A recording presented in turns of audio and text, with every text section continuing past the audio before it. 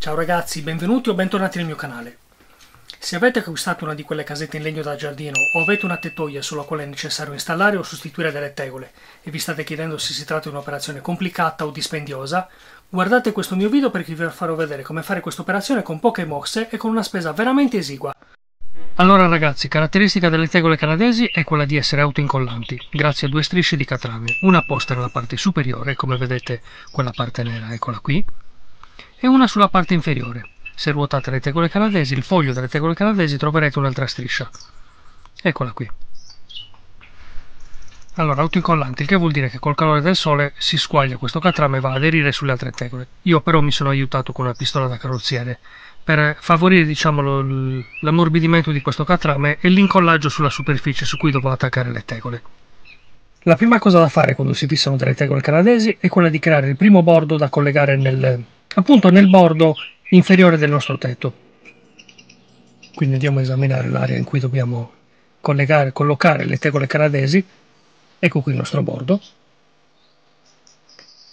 Ed ecco, per fare questa operazione bisogna rimuovere la parte rossa, la parte colorata delle tegole canadesi e mantenere soltanto la parte nera.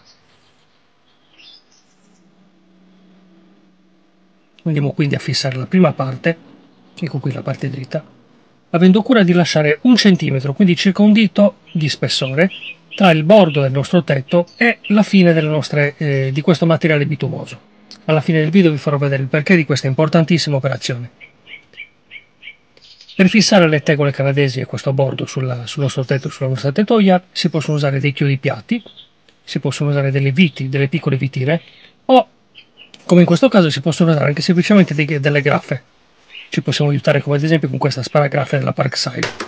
Quindi andiamo a sparare delle punte che vanno a fissare il materiale bitumoso sulla nostra tettoia, sulla nostra pergola, insomma sulla superficie su cui dobbiamo fissarle.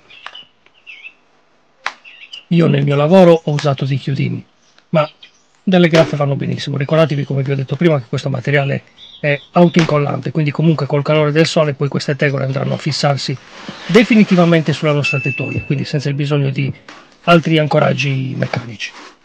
A questo punto possiamo iniziare a posizionare le tegole, partendo sempre dal lato sinistro, andando a filo col tetto e lasciando spuntare infatti un po' delle nostre tegole dal bordo della tettoia. Quindi andiamo a sporgere un'altra quantità di centimetri abbondante, diciamo, rispetto alla finta basetta che abbiamo messo all'inizio, e poi fissiamo le punte. Le graffe i chiodi li mettiamo a metà strada tra quell'angolo che c'è nelle tegole e la striscia di materiale bitumoso. Ecco qui. Quindi una volta fatta la prima striscia andiamo a posizionare la seconda.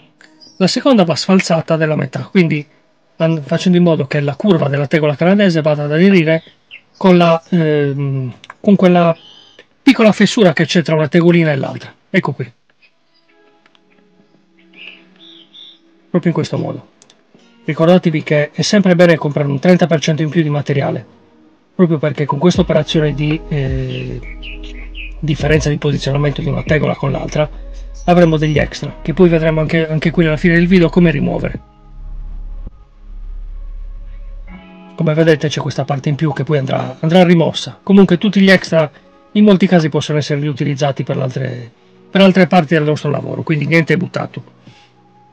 Per continuare il lavoro in orizzontale, queste tegole sono fornite di un piccolo invito che ci permette di capire in che modo posizionarci, collegarci con le altre, come una sorta di tasselli del puzzle, niente di più.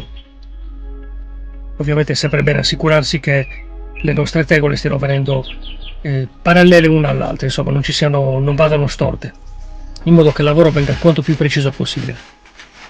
Una volta finita la prima linea andiamo a continuare con la prima e seconda linea, andiamo a continuare con la terza allo stesso modo, quindi posizionando le tegole questa volta nella stessa posizione della prima fila.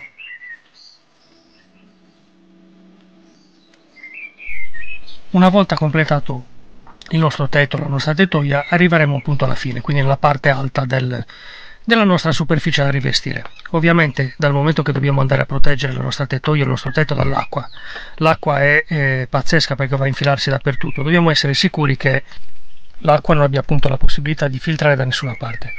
E questo io l'ho risolto, questo problema io l'ho risolto posizionando l'ultima fila di tegole al contrario rispetto alle altre. Quindi semplicemente ho preso una fila di tegole canadesi, le ho messe al contrario, sempre mantenendo lo stesso ordine, quindi sempre posizionando una parte a filo con l'altra. Ecco qua. E le ho fissate bene, le ho tutte graffettate, in modo che l'acqua, anche arrivando, non troverà mai un punto in cui entrare. Come vi ho detto prima, una volta che posizioniamo tutte le tegole canadesi, ci saranno degli extra che sporgeranno. Per rimuoverli ci possiamo aiutare con un cutter, quindi facendo sempre attenzione a non tagliarci, quindi a non farci male. Per fare questo io ho posizionato un listello di legno nella parte alta, in modo che anche tagliando, se anche dovessi andare a fondo, andrei a colpire il legno e non il mio braccio, che appunto tiene ferme le tegole canadesi. Quindi una volta tagliate si può tranquillamente andare a riutilizzare questi extra, magari per alcuni accorgimenti, per alcuni angoli, per alcuni spigoli. Quindi semplicemente è sufficiente tagliarle con un cutter e queste verranno via. Bisogna fare un po' di forza perché sono abbastanza resistenti, però poi si rimuovono. E occupiamoci adesso delle rifiniture. Ovviamente le tegole così come sono non bastano per fermare l'acqua. Io ho infatti utilizzato della gomma liquida, che sono andato a posizionare nel bordo esterno della nostra tettoia. Tettoia, può essere un tetto, insomma, come ho detto all'inizio del video, qualsiasi posto voi abbiate la necessità di andare a rivestire. Questa ovviamente è una scelta personale, poi voi potete trovare anche altri modi vostri per fare questa lavorazione. Nel caso scrivetemi qui sotto nei commenti cosa avete deciso di fare per rifinire la vostra tettoia. Come vedete io ho messo della gomma liquida che poi andrà appunto a impermeabilizzare anche nella parte laterale questa nostra tettoia. Poi ovviamente sarebbe buona norma mettere uno zoccolo che ci permetterà di proteggere insomma il lato delle nostre tegole, della nostra tettoia. La gomma liquida permetterà anche di aderire bene a tutte le tegole nella parte laterale. Ed eccoci qui alle battute finali. Una volta che abbiamo finito anche di rifinire, la parte laterale della vostra tettoia apparirà in questo modo. Come vedete la gomma liquida ha permesso di creare una patina, diciamo, impermeabile nella parte esterna della nostra tettoia. Ecco qui. Ovviamente non è bellissima da vedere, per quello è importante fissare uno zoccolo che permetterà poi di rifinire anche esteticamente il lavoro. Adesso vi farò vedere a cosa serviva appunto quella parte iniziale su cui vi ho detto di andare a eccedere di qualche centimetro. Come vedete sotto c'è un piccolo bordo che è quello che vi ho detto di lasciare, fissando soltanto la parte nera delle tegole canadesi. Ecco qui.